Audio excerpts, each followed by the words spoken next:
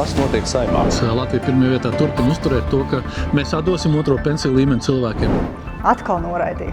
Apmēram no 5 līdz 7 tūkstoši ir uzkrāti. Cilvēku pašu uzkrājumi. Tātad vismaz veselībai iedodiet lūdzu naudu cilvēkiem to tērēt tā, kā viņam tā ir nepieciešama. Šeit mēs nācām ar priekšlikumu atjaunot ceļu fondu, un es esmu pārliecināts, ja šis sāks darboties, tad mēs 5 gadu laikā atjaunosim pirmkārt visus ceļus, un mums būs izaugs, un mēs varēsim sākt veidot autobāņus. Ir korupcijas skandāls par informācijas tehnoloģijām saistībā ar vēlēšanām. Vai katram no jums būs uzticība sistēmai, kura šobrīd ir vēlēšanās? Vai vēlēšanas būs demokrātiskas? Latvija pirmā vietā pieprasīja satiksmes ministra Ata Švingas demisiju, un viņš knapi noturēja savā amatā. 48 balsis bija par viņa demisiju, un 50 balsis bija pret, un viena atturējās. Un tas kārtējo reizi liecina, cik svarīgi un būtiski katra deputāta balss. Kāpēc Atim Švingam patiesībā no šī amata ir jāaiziet? Tāpēc paskatieties uz Rail Baltica afēru. 5,8 miljardi bija sākotnējais plānojums, ka tas maksās. Tagad 23,8 miljardi. Patiesībā tas rada tiešām būtisku kaitējumu Latvijas iedzīvotājiem valstī. Tas ir būtiski. Viss šī nozares nespēja vadīt. Tā tiešām katru dienu rada sekas. Saeimā vēl daudz notikumu, daudz citu būtisku notikumu. Par to mēs tūlīt runāsim. Maija, tiek lemts par pensijām, atkal par pensiju otrā līmeņa atdošanu tautai. Un, protams, mēs esam par pensiju līmeņa atdošanu tautai. Un kāda ir LPV priekšlikuma? Protams, kad sākotnējais priekšlikums bija vispār kopumā atdot šo naudu cilvēkiem, lai viņi ar to rīkojās, kā viņi grib, kā tas ir nepieciešams viņiem.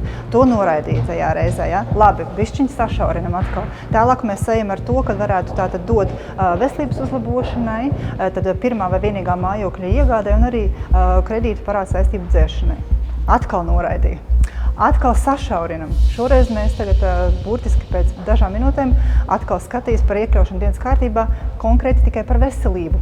Tātad vismaz veselībai iedodiet lūdzu naudu cilvēkiem to tērēt tā, kā viņam tā ir nepieciešama. Kādam tā būtu operācija, kādam tie būtu ļoti dārgi medikamenti. Ir ļoti daudz cilvēku, kuriem patiešām tā nauda būtu nepieciešama. Un mēs nerunājam par kaut kādiem 100 tūkstoši, 30, 40, ir apmēram no 5 līdz 7 tūkstoši ir uzkrāti.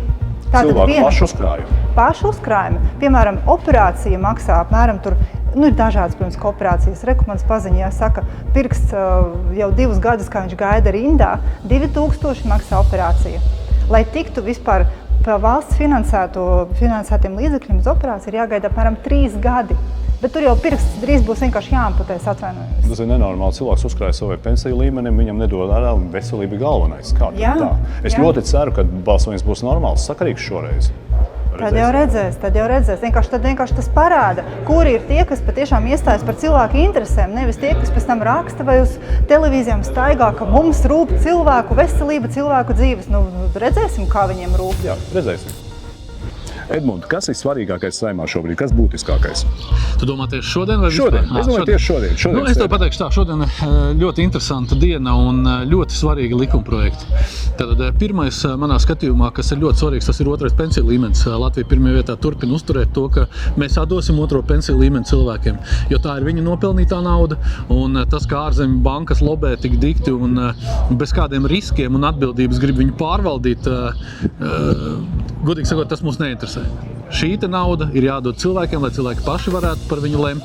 Grib izmanto medicīnā, grib izmanto bērniem apmaksāt skolu vai hipotekāro kredītu, vai ieguldīt. Pieņemsim, Igauņi daudz vienkārši paņēma un noguldīja uz depozītu, kur ir ienesīgums 4%, lielāks nekā tādā otrā pensiju līmenī. Tagad tur ir kaut kāds 1% labākā gadījumā.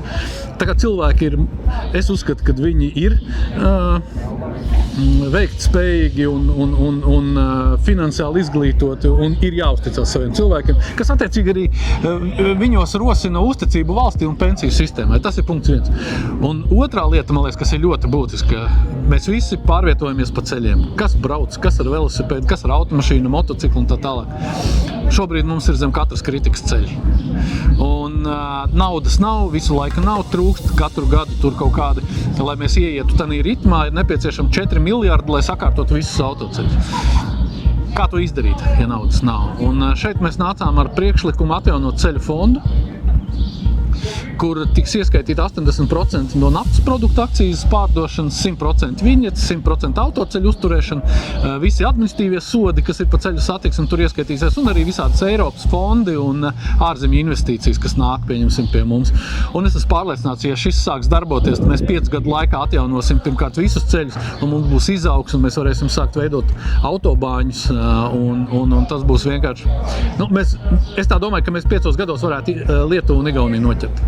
Tas ir ļoti svarīgi ceļu ekonomikas patiesībā artērijas būtībā. Un arī tā kā otrais pensiju līmenis, tā ir pašu cilvēku uzkrātā nauda, tā ir viņu nauda. Tā kā šodien ir skaidrs, ka otro pensiju līmeni neatbalsta, jo acīm redzot ir šī te angažētība no bankām, no ārzemju bankām, un viņu neatbalsta un atkal turpina neatbalstīt, bet Latvija pirmajā viņu uzturēs un uz vēlēšanām mēs nākošās vēlēšanas uzvarēsim un atdosim šo te otro pensiju līmeni cilvēkiem. Tā kā šodien interesanta diena, un jāsaka tā, ka arī viena tā uzvara ir autoceļu fondu likumu atbalstīju nodot tālāk. Tas ir īsā laikā jau otrais likuma projekts, kas tiek nodots. Es domāju, tā ir zinām uzvara Latvija pirmajā vietā. Jā, protams. Ilze, bija tikko ārkārtas komisijas sēde. Kas notiek ar vēlēšanām? Ļoti būtisks jautājums, svarīgs visiem. Jā, šis ir ļoti svarīgs jautājums. Ikvienam no jums ir zināms, ka ir korupcijas skandāls par informācijas tehnoloģijām saistībā ar vēlēšanām.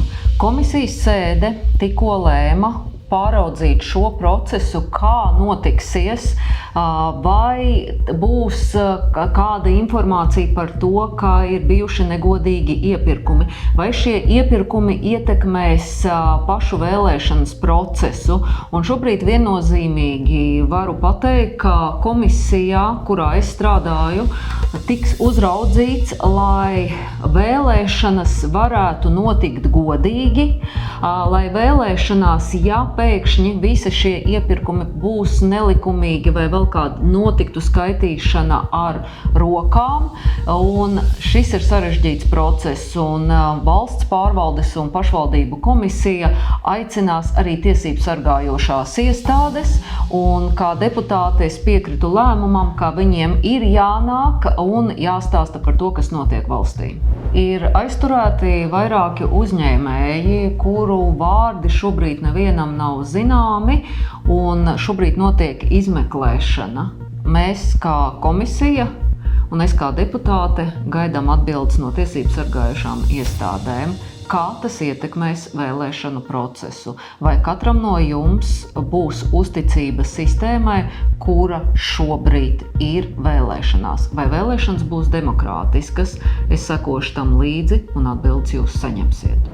Jo visi jau mēs redzējām, un bija pilna ziņu kanāla par to, kā ir veikusi skatīšana, drošības sargājošās iestādes varam augsta līmeņa, ļoti augsta līmeņa darbinieku dzīvesvietās un pat ir aizturēšanas, un līdz ar to tas ir ārkārtīgi sarkanā lampiņa, signāls par vēlēšanu godīgumu, vēlēšanu caurspīdīgumu, vēlēšanu organizēšanas godīgu norisi. Cīņa parlamentā, cīņa saimā ir ļoti, ļoti spraiga, un mēs nenogurstoši turpinām strādāt un cīnīties tautas interesēs. Rakstiet komentārus, izsakiet viedokļus, piesakojiet. Man pieredze ar latviešu filmu veidotājiem ir tāda, ka viņi ir viena no labākajiem cilvēkiem, ar kuriem man ir bijusi iespēja sadarboties globāli. Diemžēl pasaule to neredz.